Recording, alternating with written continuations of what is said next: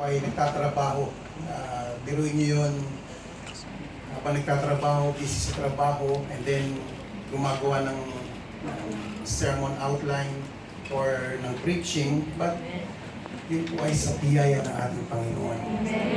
Ako'y nakakasurvive. Yan po ay sa kagandahan loob ng ating Panginoon by the grace of God. Amen po? At napaka-importante po na sa bawat ginagawa mo sa Panginoon, masaya ang puso mo. Masaya ba ang puso mo na nandito ka? Kasi ano na naman meron na naman tayong bagyo. Hopefully hindi matuloy ang bagyo. Kasi kapag tumutuloy po ang bagyo, apektado ang attendance sa church. Tama po ba?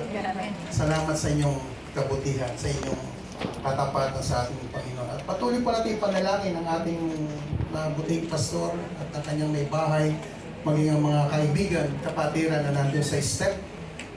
Malapit na po silang matapos habang mga ilang araw pa natitira, patuloy po natin ipanalangin, no? Ipanalangin sila ang kanilang kalagayan doon, ang provision ng Panginoon at sa pag-iingat ng ating Panginoon sa kanilang buhay. May I request everyone to stand as we give message for today is dwelling together in unity. Amen? At sa hindi po nakakaalam ng Psalms chapter 133 verse 1, ay ito po ay isang awit. Siyempre, nasa Psalms di ba? Awit yan. Familiar po ba kayo dyan sa kanta na yan? Napakaligaya at kahapon, di ba? Sa ating pagmasid, ang nagkakaisa, laging sama-sama, lamang yan po yan. Familiar na po kayo? Amen. Yan po yung popular na lagi natin kinakanta sa ating mga fellowship. Let's get the meaning of our title. First, dwell or dwelling. Meaning, to stay, to remain, or to live. Or sabi nga sa Tagalog, manahan. Meron po tayo dating miyembro niyan, si Nina. Manahan. At yung second po ay together. Meaning, sa Tagalog, magkakasama o magkakasabay. Tama po ba? At kapag pinagsama mo yan, is equal to unity. Tama po? Unity. Dwelling together in unity. And the word unity is very associated with like an organization or a group, a community, or a company, and most especially, church. Tama po ba mga kapatid? At sa lahat po na nabanggit na yan, if walang pagkakaisa o unity, walang maayos na kahinatnan. Do you believe that? Naniniwala po ba kayo na kapag walang pagkakaisa sa isang samahan, even in this church, wala tayong mapapala. Walang magandang resultang mangyayari. Watak-watak, hiwa-hiwalay. Because unity is the key factor of any samahan or any organization. And Psalms 133 verse 1, saglit po lang, mamaya rin pakita yun. Baka may kumopya baka maunahan sa ano. Sabi po in Psalms 133 verse 1, behold, how good and how pleasant it is for brethren to dwell together in unity. Sabi po sa NIV, how good and pleasant it is when God's people live together in unity. Napakaganda pong tignan kung ang mga lingkod ng Diyos ay nagsasama-sama at nagkakaisa. Amen po? Amen. Dito ba sa ating iglesia nagkakaisa tayo? Amen. O yung iba parang wala rito. Amen po ba? Amen. Amen. The verse says, it is good and pleasant to see not just by the people, yung mga taong nakakakita sa atin, but especially in the sight of God. Amen? ating pong Panginoon ay natutuwa kapag ang kanyang mga lingkod ay nagkakaisa at nagsasama-sama. Hindi po nagkakasamaan. Oo, tama po, nagkakasamaan ng loob. And as a church, we are portraying o nagbibigay tayo ng magandang halimbawa, ng magandang ehemplo sa mga nakakakita sa atin. That we are a children of God living together in unity. Walang plastikan. Again, walang Tupperware. Mas malala nga kapag ka-oro kami. Matibay. And we should give importance to that, mga kapatid. Again, walang plastikan. Gaya nung pinagin ko sa inyo kanina, kung may sama ng loob, maging totoo ka. Ipaalam mo sa kanya. That way, magiging maayos ang samahan natin. Huwag mo na i-broadcast. Because this way, people will be encouraged that we are living in harmony. I hope. Tama, di ba mga kapatid? Are we living in harmony? And in love. And the verse emphasizes the beauty and benefit of harmony among God's people.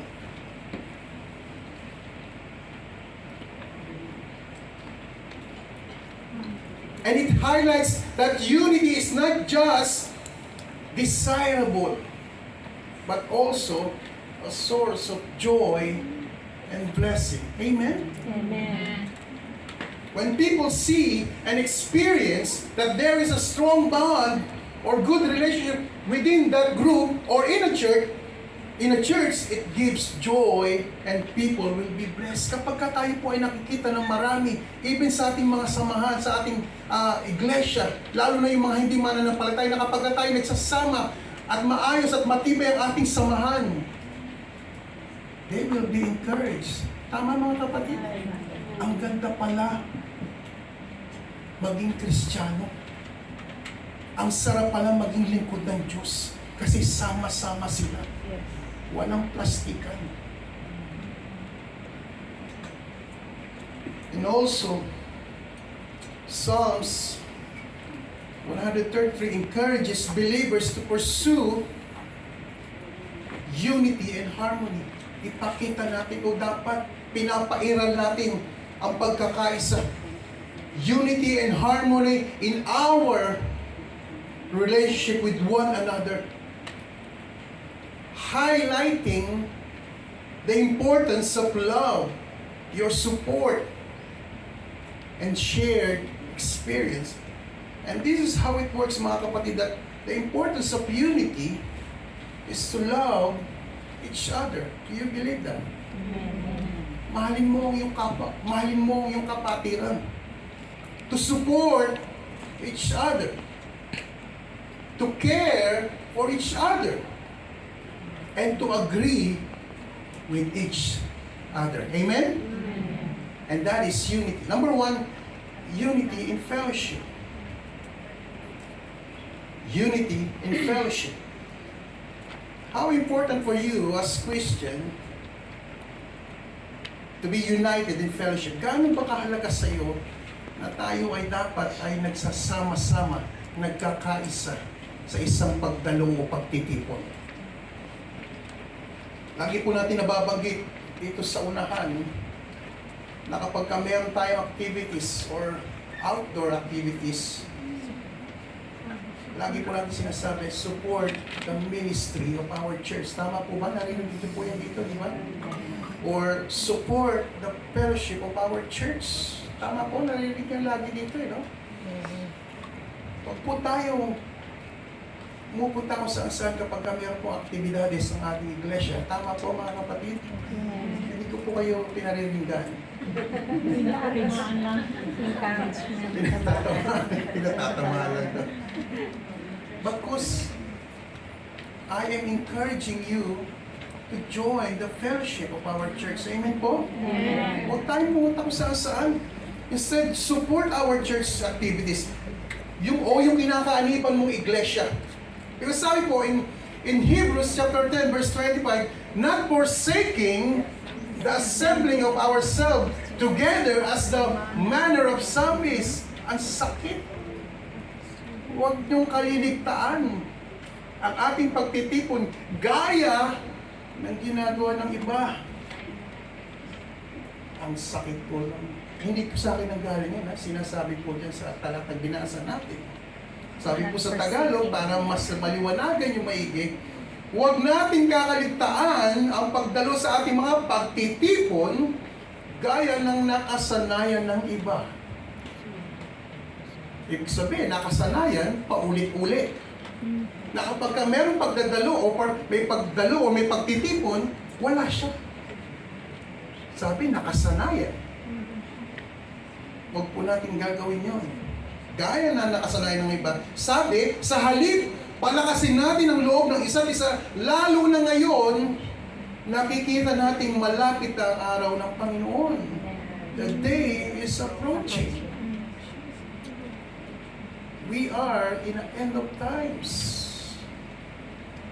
Sa Tagalog po, malapit na ang araw ng Panginoon. Kaya sabi sa talata na huwag kaliligtang dumalo sa bawat pagtitipon dahil any moment darating ang Panginoon ay kung nandun ka sa lugar na hindi nakakalugod, kawawa ka naman, may iwan ka. Kami inaakyat na. Hindi ka pwedeng sumabi.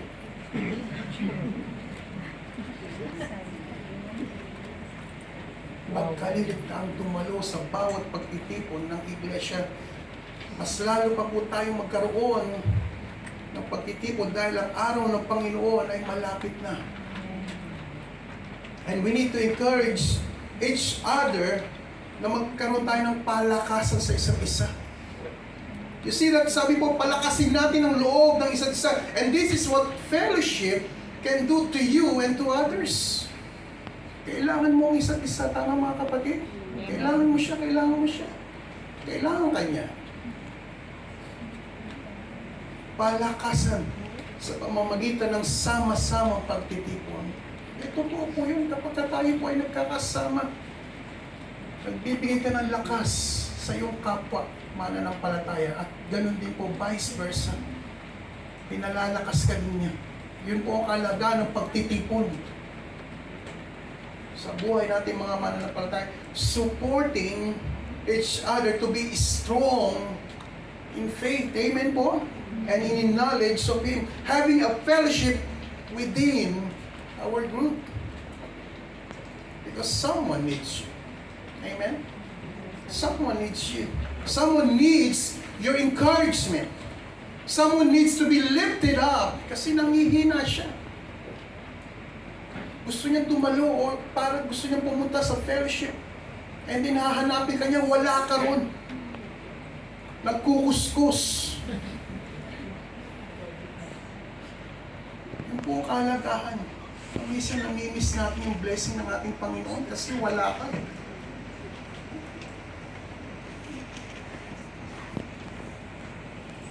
Umatin ka dahil baka ikaw o ang iyong buhay ang gagamitin ng Diyos para sa iyong kapatiran na nangangailangan ng support na spiritual. Tama mga kapatid? Amen. Yun po ang kalagahan. Paano kung wala ka nga? Madalas, makinig po kayo. Madalas natin narinig ang katwiran to, Brad, minsan lang naman. Diba? Hindi mo na ako aatin. Minsan lang naman eh. At sa tingin ko, maintindihan ako ng Diyos na hindi ako aatin ngayon. Kasi yung kaibigan ko, yung matalik kong kaibigan, nagpunta rito sa Hong Kong, gaya nila mga bisita natin, nagpunta sila sa Hong Kong. At ako'y pupunta sa kanila, bibisitahin ko sila, makikipag-meet up ako sa kanila. Minsan lang naman mangyari ko. Hindi ka na umaten ng ating pagtitipon. Mind you mga kapatid, kung paano yan naging madalas, yan ay nagsimula sa minsan. Tama? Nakuha niyo po mga kapatid? Yes. Ang ibig ko sabihin, yung minsan mo dati, yan ang nagiging madalas na. Dahil nagustuhan mo na. And once you enjoy their company or their group, ikaw ay mawiwili na. Unti-unting ikaw ay nawawala. Hindi ka na nakikita. Yung attendance mo, wala nang check. Wala naman po tayong attendance dito. And ignoring, listen, and ignoring the fellowship of the believers. Hindi na mahalaga sa iyo ngayon ang pumunta sa mga fellowship ng ating church. And it happens even in our church. And Paul said in 2 Corinthians chapter 6, verse 14, sabi po diyan, be ye not unequally yoked together with unbelievers, or what fellowship hath righteousness with unrighteousness? And what communion hath light with darkness? This verse instructs believer to not be unequally yoked with unbelievers. Ano po yung sinasabi doon? Huwag kang makihalubilo o huwag kang makipamatok. Huwag kang sumama sa mga hindi mananampalataya. Because this means avoiding close relationship or partnership with those who do not share their faith. Hindi kayo magkatulad ng paniniwala o pananampalataya. Ang nais pong ipaalam ni Apostol Pablo sa kanyang sinabi na, kapatid, iba na ang buhay mo ngayon. Amen? Amen. Ikaw na ay kay Kristo. Ikaw na ay kay Kristo na. Amen po mga kapatid? Meron ka ng Kristo sa buhay mo. Huwag ka nang makipamatok o gayahin ang uri ng kanilang pamumuhay. Dahil hindi ito makakatulong sa iyong paglago espiritual. Tama po ba mga kapatid? Kapag ka sila ang lagi mo kasama, na-adapt mo ang kanilang mga gawain sa araw-araw. Tama po ba?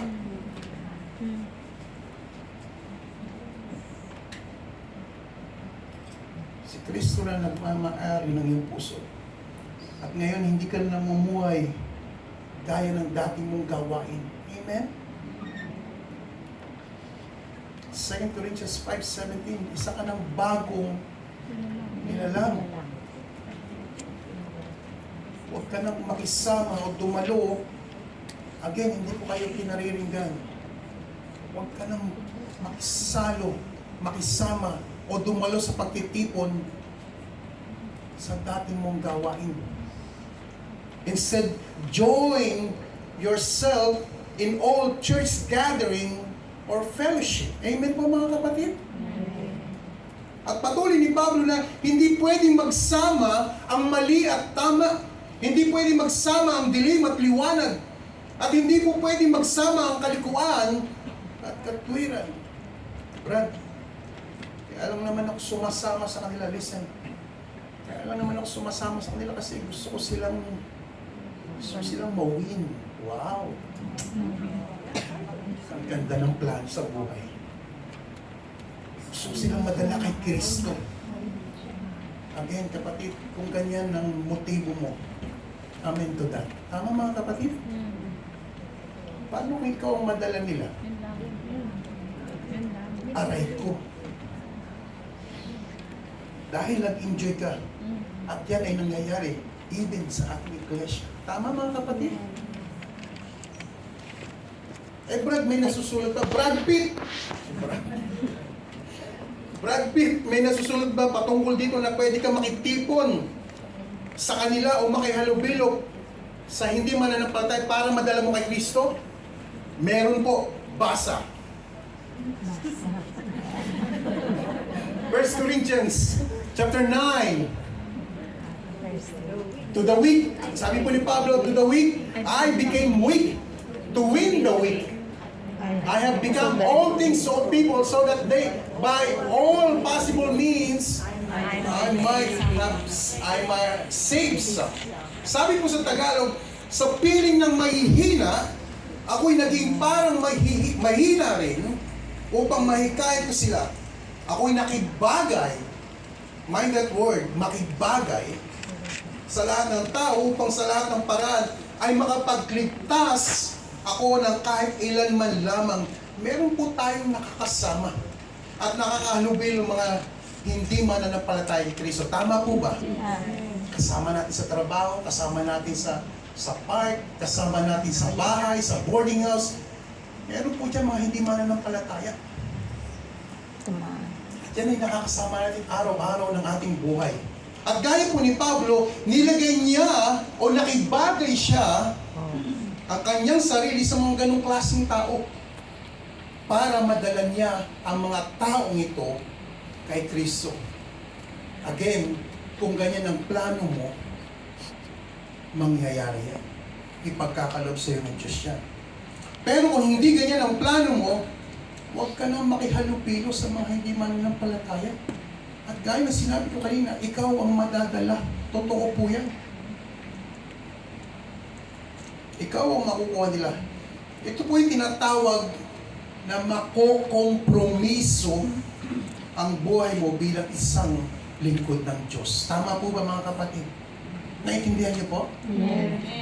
Dahil kapag ka nandun ka na sa lugar na yun, kaya na sinabi ko nino na muna, baka mag-enjoy ka na. At sa ganung kaparaanan, mako-compromise ang buhay mo bilang isang mananampalataya. Kaya beware mga kapatid, not to compromise your faith in the Lord. At may mga gumagamit po ng talatang yan. Sabi po nila, kasi kaya lang naman ako pumupunta ron. Makikipag-inuman, makikipag-jamming, makikipagkwentuhan. At kapag ka okay na, at kapag ka meron na akong pagkakataon, I will share the Word of God.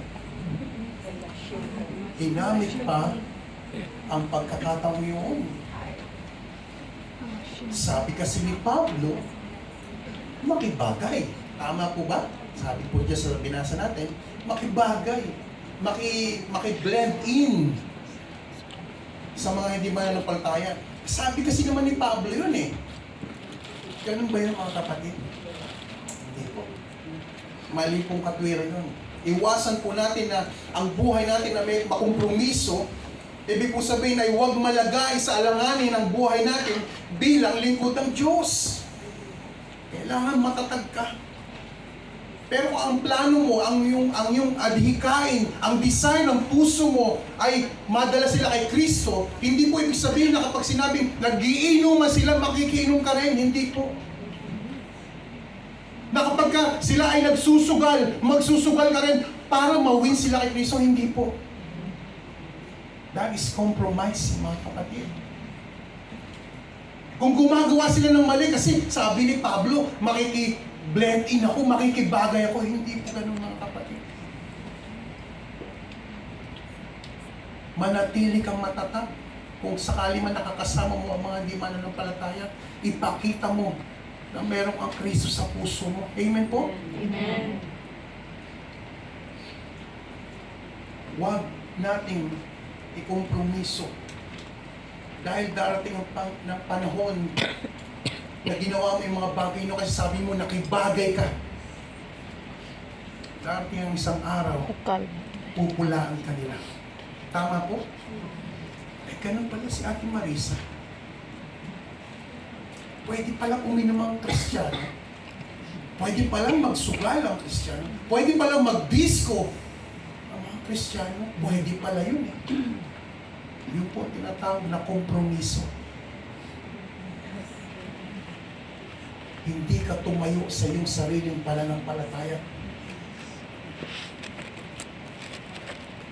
Again, we are not separating ourselves to these people.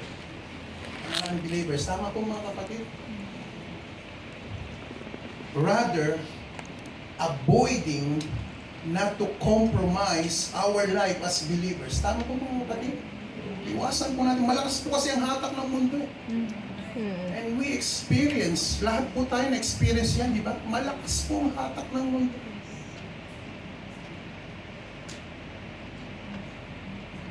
Kung kami ni Brother Arnel, malamang 2-3 ang humahatak sa amin. Robert? Again, malakas po ang hatak ng mundo. And if you are not strong enough with your faith, baka ka nga nila madala. Tama po? At hindi mo pwede sabihin, malakas ako. And you cannot say, matured ako with thee at the end. Kasi matured, ibig sabihin, tapos ka na, di ba? Andun ka na sa rulok ng yung pagiging malakas kasi matured na ako. Huwag mo sabihin niya. Ang buhay ng isang Kristiyano ay patuloy na lumalago at nagpapalago. Amen po? We are maturing.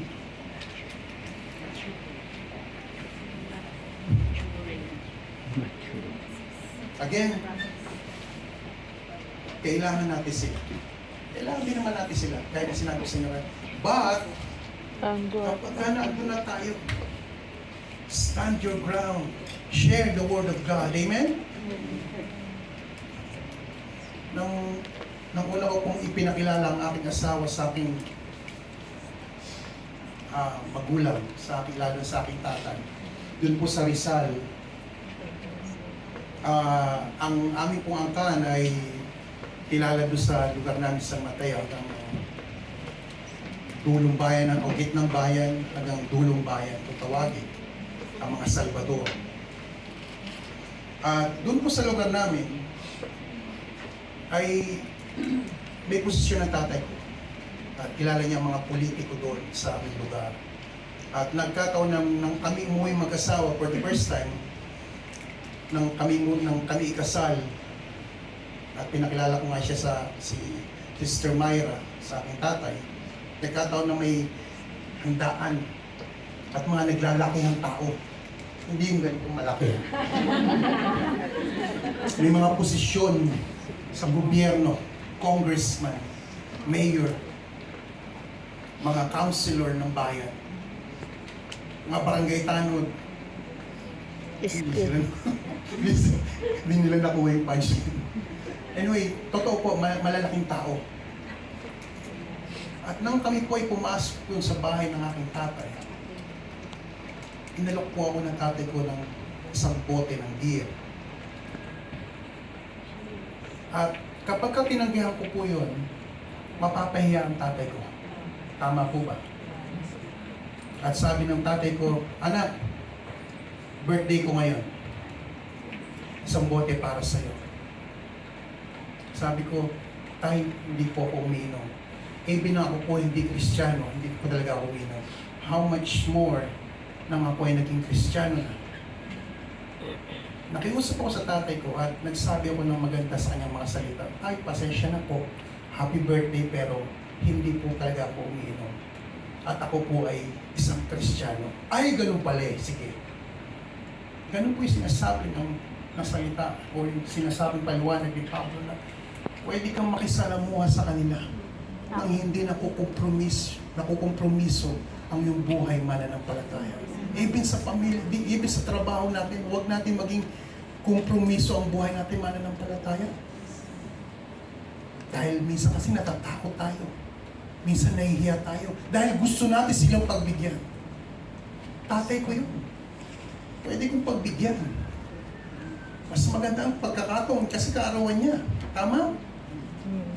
At maraming nakatingin sa kanya. But I have to stand my ground as believers of Christ. Nakita niyo ang resulta. Hindi sumama ang loob ng tatay ko. Ay pakita ko rin ang aking pananampalataya. Ang aking bagong buhay sa aking tatay. Kailangan natin sila.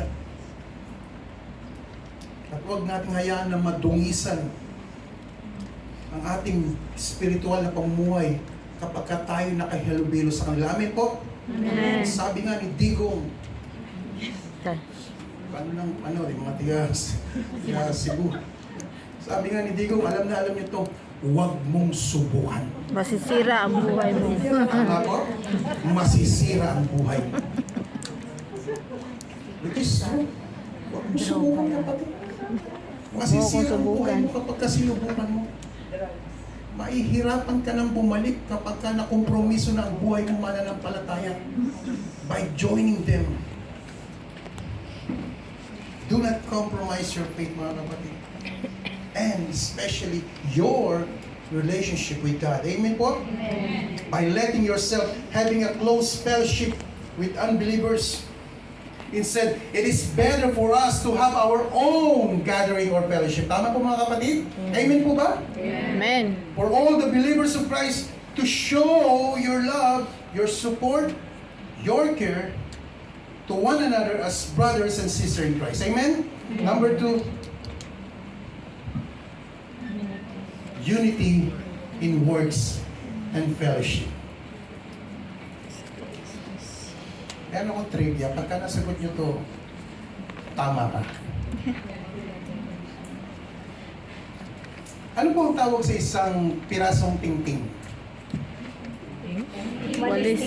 Walis Apo. ting ting. Isang piraso lang? Tingting pa rin. Ting. Hindi. Ting ting na lang. Ting. Tukog. Tagalog lang muna. Eh kapag tatlong pirasong tingting. Ting ting ting ting. Tingting pa rin? Ting tong. Let's say 5 to 10 pieces of tingting. Ting ting ting tang. Laban pa rin? Kering. Eto na. Eh kung 50 to 100 pieces or more Walis na. na meron na siya. Ano Silhig tawag sa na. kanya? Silhig. Sure? Dito, sure kayo? Pagka kung 100 pieces or more na, anong tawag na sa kanya? Silhig. Silhig. Mali po. It will remain tingting. Why? Not until you bind them. Tama po. Kuya, ano tama, di ba? Hanggat hindi mo siya naitatali na pagsasama-sama, mananatili gano'ng karami man yan, 1,000,000 mang piraso yan, mananatiling Ting tingting. ting. Tama? Yeah. Pero kapag Tukok kayo ramang tinali mo yapon. na, Wali. doon nyo lamang masasabi, Pag iwalis na. walis tingting. Hindi nyo nasagot, wala kayo. X. Minus 10 points. Mamaya, second service. Sagutin mo. It will remain tingting kahit gaano pa karami yan. Tama mga kapatid? Pero kapag nilagyan mo na yun ng tali, Kawalis na. then you will call it tingting. And it will serve its purpose. Ano po ang trabaho o ang silbi ng tingting? Walis tingting. Pagwalis. Ah. Panlinis. Simula mo siya matatawag na walis tingting. And that's the beauty of togetherness. Amen po? Amen.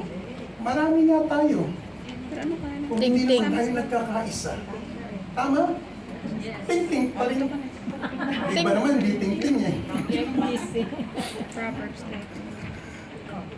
Di ba? Mananatili tayong ting-ting. Ting. Nananatili tayong individual kung hindi tayo magbabind together o itatali para magkaisa. Amen po? Amen. Kapag natali na po tayong lahat o nagkakaisa tayo, meron pong power, meron pong silbi. Amen? Amen. Because we are joining together. The same with the people acting in unity and agreement, that's the important, agreement and shared purpose or intention. Meron din po tinatawag na teamwork. Amen? Amen. Teamwork, ika nga, nagkakaisa sa gawain. Yan po ang kahalagaan ng kasama ka sa gawain para sa Panginoon. You join the work because you love the Lord. You love the Lord. Do you love the Lord? Amen. Join the works. Amen? And we see a lot of these things sa ministry dahil yun po ang kailangan. Sabi po in Ecclesiastes, 2 are better than 1 because they have a good return for their labor. If either of them falls down, one can help the others up. But pity anyone who falls and has no one to help them. You see? Minsan kapag ka nagsosolo ko lang, walang tutulong sa'yo. Yun po ang kahalagaan ng teamwork. O meron kang kasama In verse 11 also, if two lie down together, they will keep warm. But how can one keep warm alone? Suot ka ng jacket. Hindi po ibig sabihin ito. Though one may be overpowered, two can defend themselves. A cord of 3 strands is not quickly broken.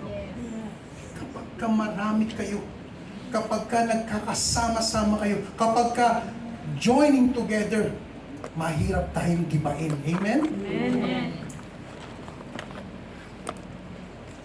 That verse emphasizes the benefits of companionship and teamwork. Unity and teamwork are much needed when we talk about ministry in the church, and also helping each other in everything possible. Yun po ang kagandahan na tayo'y nagtutulungan, nagsasama-sama, nagdadamayan sa trabaho at maging sa fellowship. Oo. Kita nyo kanina yung choir? Yati, oh. Mga kuya, mga bisita namin, alam niyo po ba, ang Colon Filipino Baptist Church Choir ay isa sa pinakamahuhusay na choir dito sa Hong Kong? Men, Seryoso, oh, tapos tumatawa kayo? alam niyo Ang pinaka-the best na nag-perform sila sa Hong Kong Stadium na merong 15,000 seating capacity, pero wala nga lang nakaupo. Pero biruin mo, no? Dati nandun kayo. Diba? Totoo po yan, mahuhusay po ang ating choir group. Amen. At kapag ka hindi sila nagkakaisa sa boses, tayong mga nakikinig, malalaman natin na may sintonable. Tama? At kapag ka hindi sila together in one voice, in one accord, malalaman natin may sintonable sa kanila. But when they sing, hindi ko sinabing mga sintonable kayo, but when they sing, they are in harmony. Wow, di ba? Together in harmony. Nakita nyo naman kanina kung gano'n sila ka-professional kanina. Namatay ang -1 natin. Sa iba, hihinto yun, di ba? Sabi nga, the show must go on. The music or the singing must go on para sa Panginoon. Amen? Amen. Kaya, na-encourage tayo kanina, di ba? Mas maganda pa pala ang a cappella. Pag-iisipan niya ni Ate Ong. Hindi na mag-1. Anyway, maraming salamat sa buhay niya, choir. Carry on. Last 2 or 3 weeks ago, pinakita ng ilang mga miyembro natin ang kanilang lakas at kisig. Kailangan niyo ang mga sarili niyo. Yung tinatawag na girl power. Sila po yung naging daan para mahakot ang mga kagamitan, ang mga appliances ng pamilya ni Paya. Diba? Sino mo yun? Basta sila kayo yun. Mga promo. At inilipat sa bagong lugar. Mind you mga kapatid, wala pong nirentahan na van, wala pong nirentahan na truck. Talagang alay lakad, Human. nagkakaisa, together, hinakot nila. Imagine niyo lahat ng kabuuan ng gamit sa lumang bahay. Hinakot nila, mga babae to. Hindi ko nga lang alam kung nasa kami ni brother eh. Hindi kami na-inform ni Brother Ronel. And that is unity and togetherness. Amen? Togetherness, we work. Together we work sa Panginoon. Amen? Amen. Mga babae yan. How much more kung kami dalawa pa ni brother? Pagkabahan na yun. Sige kayo na lang. Dahil kung isa lang ang magtatrabaho, baka hindi matapos. Matatagalan matapos. Tama? Kung isa lang ang magtatrabaho, salamat sa buhay ng ating mga kapatiran ito. Hindi mo na kailangan utusan. May kusa. Hinakot nila ang lahat ng kagamitan. At Ngayon po tapos na. Titirhan na lang ng ating butihing pastor, ating Madam Ana. You see the importance, the significance of teamwork sa ating gawain. Sa isang organisasyon, sa isang community, at lalong-lalo na sa iglesia. You will accomplish something at masasabi mo, mission completed. Or job done. Finished. But if there's no unity or no teamwork, what do you think will happen? Wala. Wala. It will not finish on time. You will not finish anything. It will be delayed and experience difficulties in achieving it. Tama mga kapatid? Walang teamwork eh. And this is what happened to Moses. You know the story, right? Or, Nabumuan mo. balik tayo, hindi na natin yung pag-ano niya. Moses dealing or judging different problems. And some people needs advices. From a simple going to a big problems that needs solution, hinandi lahat ni Moses. Siya lang mag-isa, wala siyang katulong. At first, siya lahat. And he was tired, confused, and fed up, stressed. And there was Jethro. Tama, mga kapatid? The father-in-law. Jethro advised Moses to delegate the task of judging people by appointing capable, God-fearing men to handle simple cases. Brother Nel, i-handle mo tong mga bagay na to sa mga magagaan at maliliit na kaso. Ganun ang ginawa ni Moses. Allowing Moses to focus on more complex issues and teaching God's law. And this would lighten Moses' loads and ensure the people needs were addressed efficiently. Yun po kagandahan. Nakakapag-focus siya, nakakapag-concentrate siya sa mga bagay na malalaki. Kasi nang una, hinandle niya lahat. Nagugulo siya, nahihiraman siya. Hindi siya makapagtrabaho ng tama. And try to imagine, if only Pastor Raymond will work sa lahat ng bagay. Hindi kayo magtatrabaho. Hindi kami magtatrabaho ni Brother Ernest. Si Pastor lang. In all the ministry na meron tayo dito, ano mangyayari? Stress. Di ba? Pagod. Burnout. Stress. Pwedeng malagas ang buhok.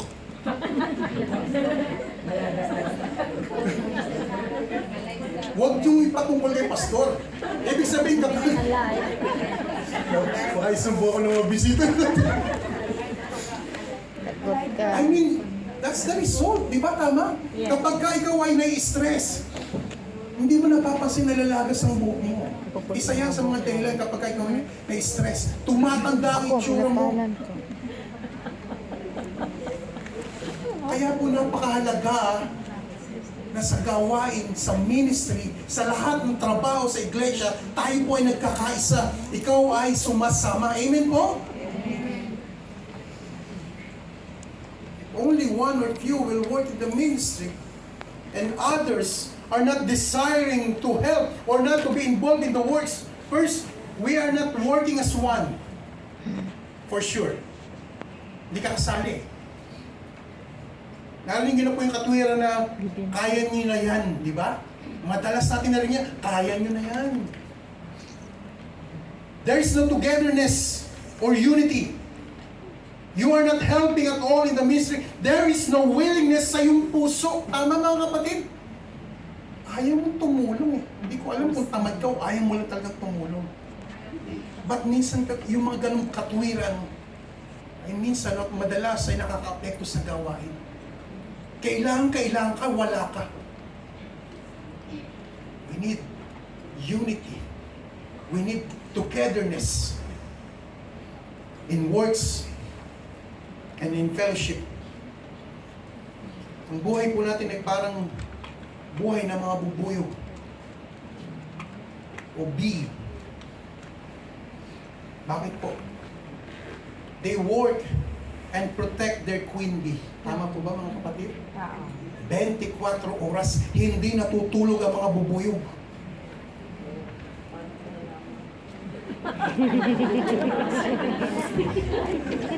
Mamaya, ipapaano ko sa'yo. Hindi sila talaga natutulog. Oh, Maging lang. I-ano kita, Worldwide. i-training kita.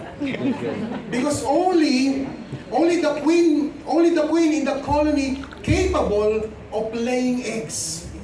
Tanging ang reyna lamang ang nangingitlog. Kaya they protected, guided, guarded oh, like, the queen bee langgang. 24 oras.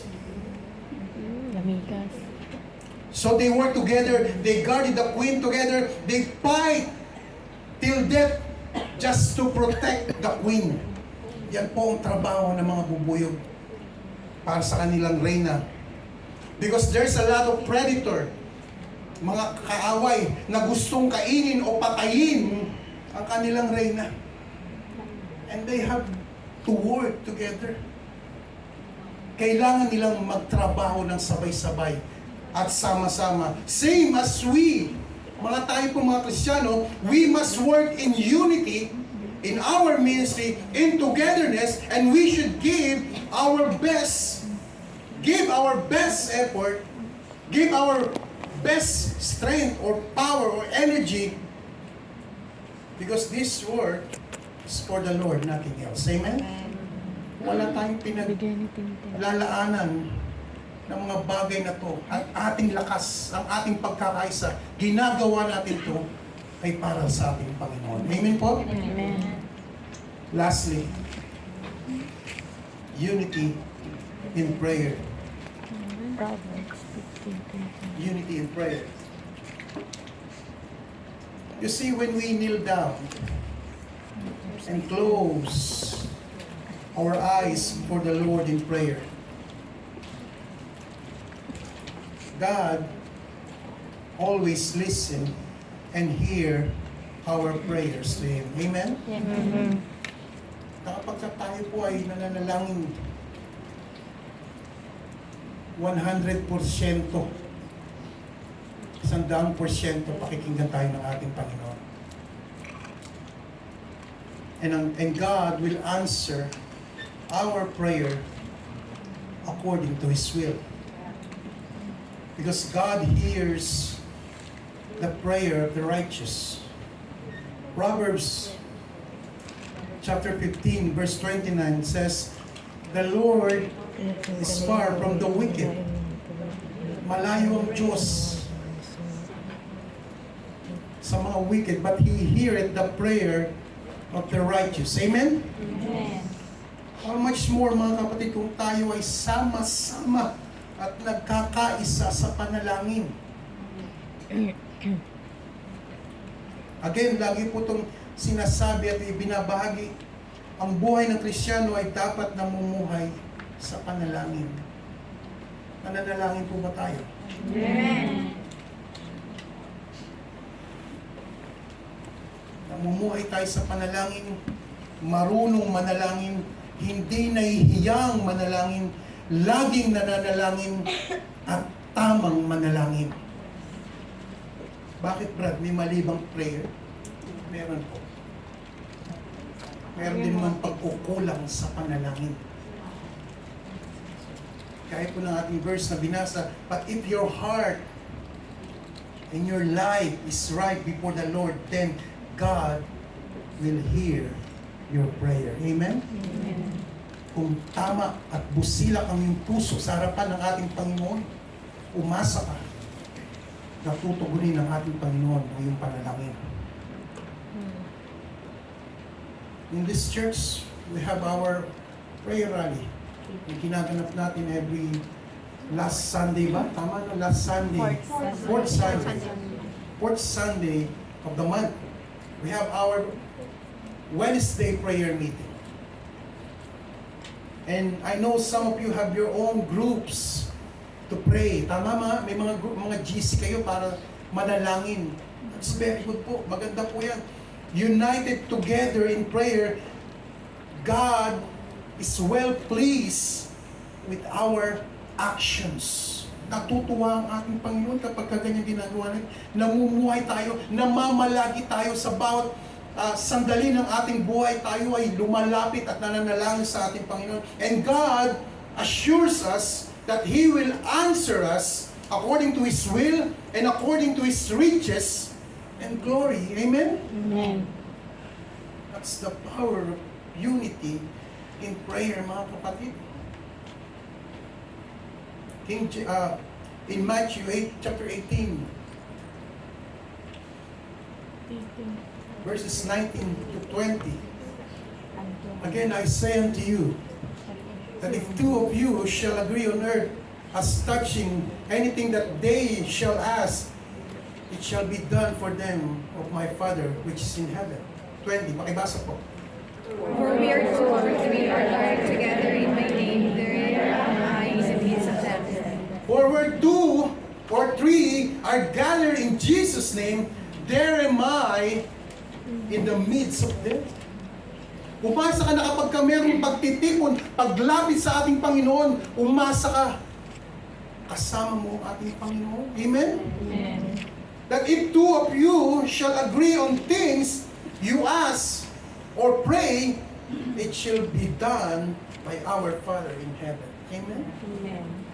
Kapag tayo po ay nagkakasundo, nagkakaroon ng agreement sa pamamagitan ng panalangin, umasa ka na yan ay pagkakaloob ng ating Ama na nasa langit.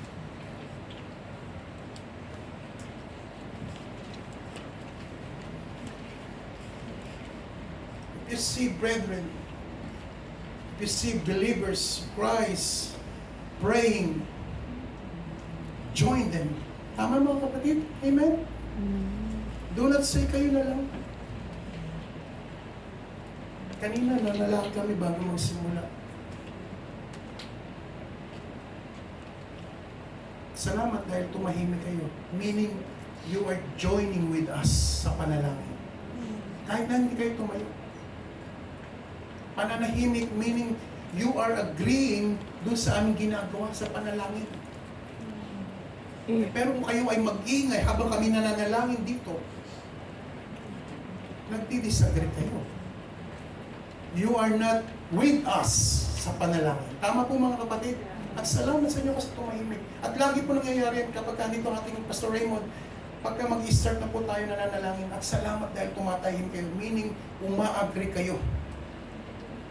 Because it is more powerful when we come together in prayer. Mas malakas po kapag tayo ay sama-samang lumalapit sa ating Panginoon. Tama po mga kapatid? Amen. The power of unity in prayer. Kaya kapag kami may prayer rally po, huwag kang mawawala kapatid ha. Napakaganda po tignan kung gaano karami itong nakaupo ngayon. Ganito rin karami sa prayer rally. Naku, pagpapalain po tayo ng lubos-lubosan ng ating Panginoon. Amen. Kasi po nagkakaisa tayo sa panalangin. Atin ka kapatid. Kailan ba? Susunod nila yung ating Marisa? No? Next Sunday na. Dito kayo ha. Kaya mawawala. Dahil kapag umatin ka sa prayer rally, Ate Marisa, you will hear the praises. You will hear the thanksgiving ng bawat kapatiran in every answered prayer. Saan man dako ng mundo na ipinagpe-pray natin, maririnig mo yung papurit pasasalamat kung paano gumagawa at kumikilos ang ating Panginoon. Kapag tayo ay nananalangin, sumasagot ang ating Panginoon. Amen?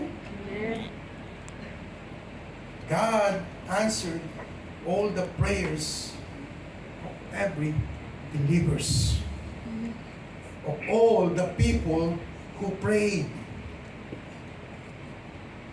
Kapag sumama ka sa sama-samang panalangin, kapatid, joining them in prayer, ibig pong sabihin yung kasama ka. Kasama kang nananalangin. You are with them in prayer. You support them. You care for them in prayer. Amen po? Amen. And at the same time, meron kang idea kung ano yung mga pinapanalangin at kung sino yung ipapanalangin. Nangangailangan ng employer? At least alam mo, hindi mo po pwedeng i-generalize na yung mga nangangailangan ng employer. Mas maganda po, nagiging specific. Nangangailangan ng employer si Brother Arnel. Di ba magandang pakinggan? Nangangailangan ng employer si Ate Marisa. Si Ate Marisa nangangailangan ng kagalingan. Si Ate Ceci nangangailangan ng kagalingan. Mas maganda po yung ganun. Dahil alam mo na andito ka. Gusto mo mag-join sa panalangin, pero gine-generalize mo naman kasi wala ka. Tama mga kapatid. Mas maganda na papakinggan mo.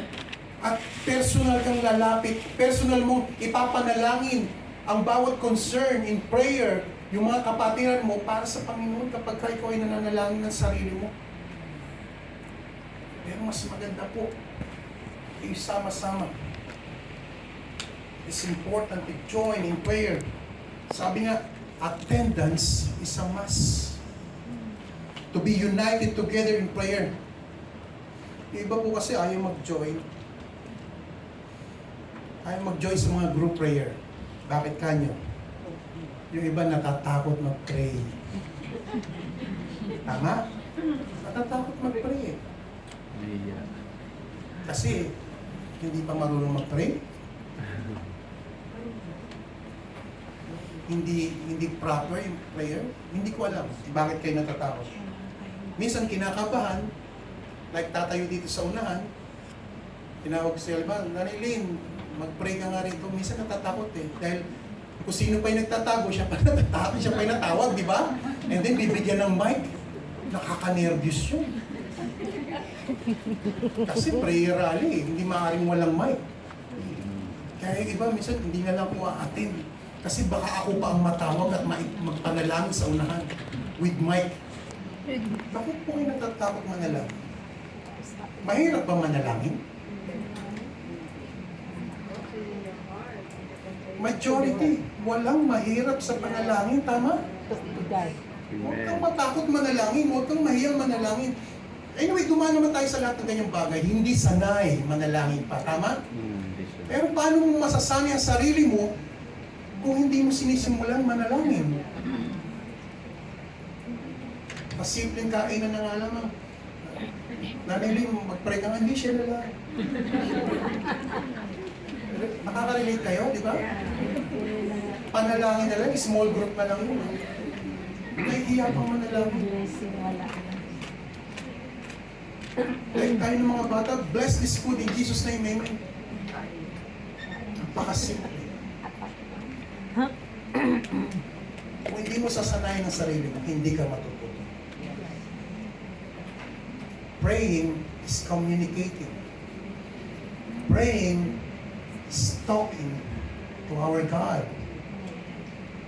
There is nothing to be afraid of, mga kapatid. Ba't ka matatakot? Kakausapin mo ang Diyos Ama, ang ating makapangyarihang Diyos. Bakit ka matatakot? You are talking and communicating to a loving God. Amen? Ito po ang dapat matakot, mga kapatid. Matakot kang manalangin sa Diyos kapag ka marumi ang puso mo. Gaya ng kanan sinabi natin, hindi pinapakinggan ng Diyos ang panalangin ng isang taong marumi ang puso. Ba't papakinggan niya ang panalangin ng busila at tapat na puso? Huwag ka nang manalangin sa Diyos kung marumi ang iyong pamumuhay, kung marumi ang puso. That's real talk, mga kapatid.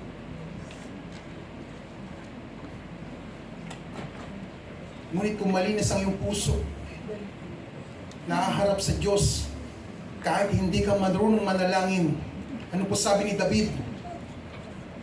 In Psalms 139 verse 4, for there is not a word in my tongue, but lo, O Lord, Thou knowest it all together. Hindi pa man lang natin ibinubuka ang ating mga bibig, binibigay sa mga bawat salita sa ating mga bibig. Alam na ng Diyos ang ating sasabihin. Dahil God knows our heart.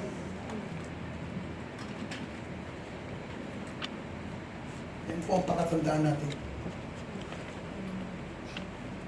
And if we all have a clean heart, pure heart, and we come to the Lord, sigurado, God will answer your prayer. Amen? Amen. As we go back to our main text in Psalms 133 verse 1, ito po ang naisin ng ating Panginoon. Unity in fellowship, unity in work and ministry, unity in prayer. Behold, how good and how pleasant it is for brethren to dwell together in unity. This is what the Lord wanted to see to His people in every church, in our church, that there is unity in fellowship. There is unity in everything. Kapag ganyan po ginagawa natin, o pinapamuhay natin, namamalagi sa iglesia ito, natutuwa po at nagagalak ang ating Panginoon. Amen po? Amen. Tayo po manalangin.